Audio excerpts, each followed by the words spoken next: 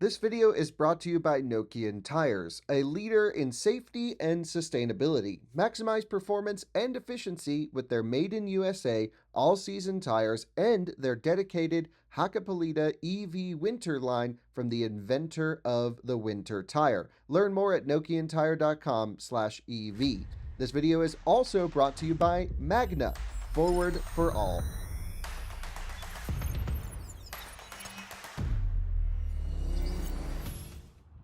Hello everyone, welcome to Out of Spec Reviews. I'm Ryan, and today we've got the Lexus RZ450e, and we're going to be taking it on the 10% challenge, and that's essentially a road trip simulation test. So let me tell you a little bit about the car and a little bit about our testing procedures.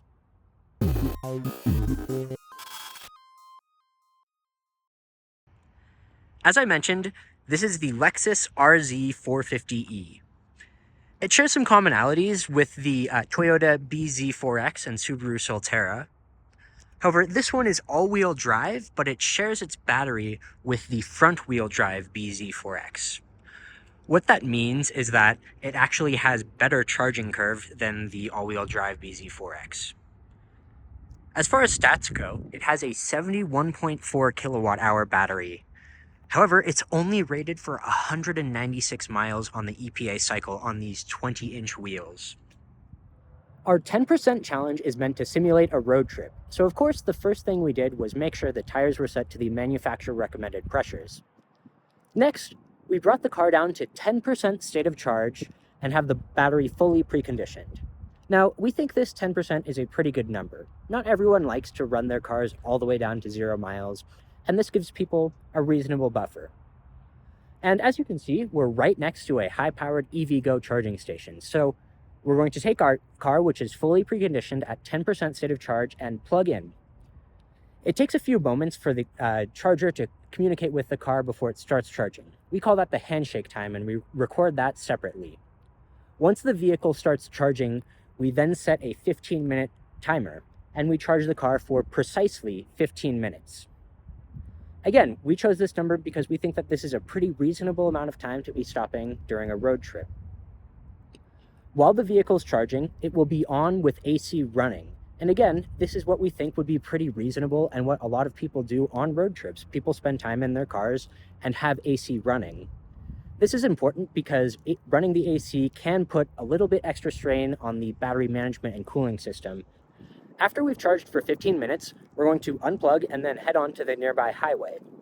We're going to, again, keep the climate control set between 68 and 72 in the auto mode, and we're going to use the most eco drive mode setting possible. And as I mentioned, we'll be heading onto the highway, and while we're getting there, we're going to use gentle acceleration to avoid any sorts of losses. Coming onto the highway, we'll go up to 80 miles an hour, and that's a GPS 80 miles an hour, and we'll set the cruise control. Try to avoid drafting other vehicles, any other factors that might affect our range, and keep it at 80 miles an hour. Once we've used about half of the replenished range, I'm going to go ahead and turn back around and head in this direction. The reason we do this is to make it an out and back loop style test to cancel out any sorts of wind or elevation. We're actually going to be staying on the highway for this entire test, and what we'll be doing is keeping track of the state of charge of the battery. And right when it moves from 11% state of charge down to 10%, that's our number. That's our result for our 10% challenge. As I mentioned, the car is already at 10% state of charge and fully preconditioned. So I'm going to go ahead, activate this charger, plug in, and record the handshake time, and you'll join me again shortly. We're charging now after a 47-second handshake. As you can see, it's slowly ramping up, and we should see a peak of about 150 or just shy of 150 kilowatts. Looks like we reached a peak of around 146 kilowatts. Solid results. Hopefully it'll hold this for a while. Already starting to see some ramping down.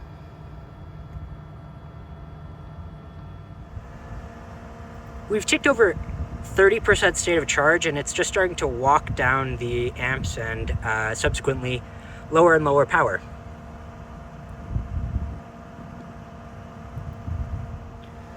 About 10 minutes into the session, down to 100 kilowatts charging and 44% state of charge. Getting ready to unplug. As you can see, it tapered pretty aggressively.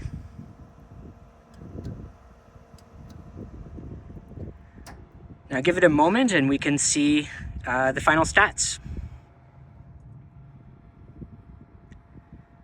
28.7 kilowatt hours delivered. That's really not that great. Heading out toward the highway, and just wanted to confirm that I reset the trip computer, I reset the trip average, put myself into eco mode. I've got AC running how it should be, right now 70 auto, and just a little bit to get onto the highway. As per usual, we're just doing a nice gentle acceleration up to what will be 80 miles an hour.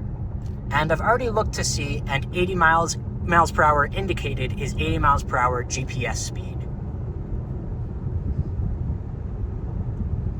And there's 80. Moving along here with this 10% challenge, about 10 miles in, and one of the best things I can say about this car is how quiet it is. It is extremely quiet. I've been really enjoying that aspect. Our efficiency has not been great, but again, it's of course an out and back style test, so we'll have to see what it ends up being.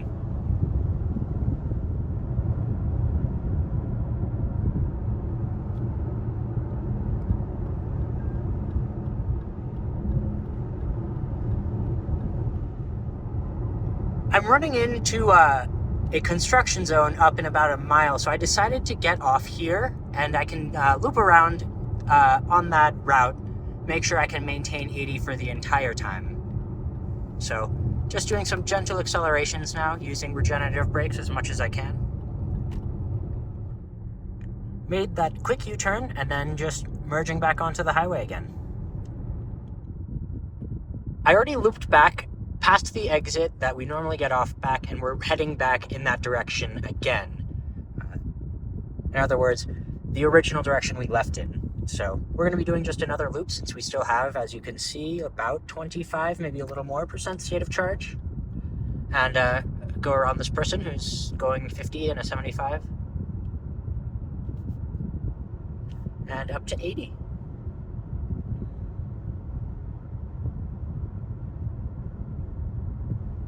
Well, I just hit this traffic, and I just hit 10% state of charge, so pretty good timing there, fortunately. But total of 68 miles. Did not round up on that one, so 68 miles. Really not too great, and the efficiency's not great either. Let's take a moment and review some of this data and put it in context with some other vehicles. Hey everyone. Unfortunately, the first thing I have to tell you is that this is a bad vehicle for taking on a road trip. Full stop. It took 3 different attempts for us to be able to get a successful 15-minute charging session for this 10% challenge. Now, what happens with the Lexus is if you charge more than a certain number of kilowatt hours over a rolling 24-hour period, then it will limit charging speed. However, it didn't seem like we reached that kilowatt hour limit, and we were over 24 hours, yet we still saw limited charging speeds. And it dropped speeds all the way down to 60 to 65 kilowatts. And that happened multiple times while we had this vehicle. However, under great conditions, when we were able to get it to work, it did have an okay charging curve. It delivered 28.7 kilowatt hours over 15 minutes. That's on the lower end of a lot of the vehicles that we've tested, but it's not too far off. Additionally, our final result of 68 miles is actually pretty solid. It's competitive with a lot of vehicles in its class. It's not the best, and it's actually kind of toward the rear of the pack, but certainly still competitive.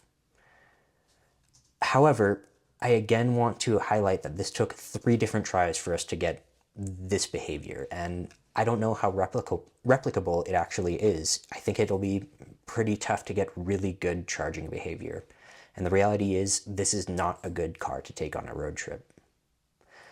Again, I've taken some time to hover over all the different vehicles in this class. You can see some of the details from those tests, those 10% challenges. But those are the results for the RZ450e. Under ideal conditions, somewhat competitive, but it's very difficult to reach those ideal conditions. See you guys on the next one.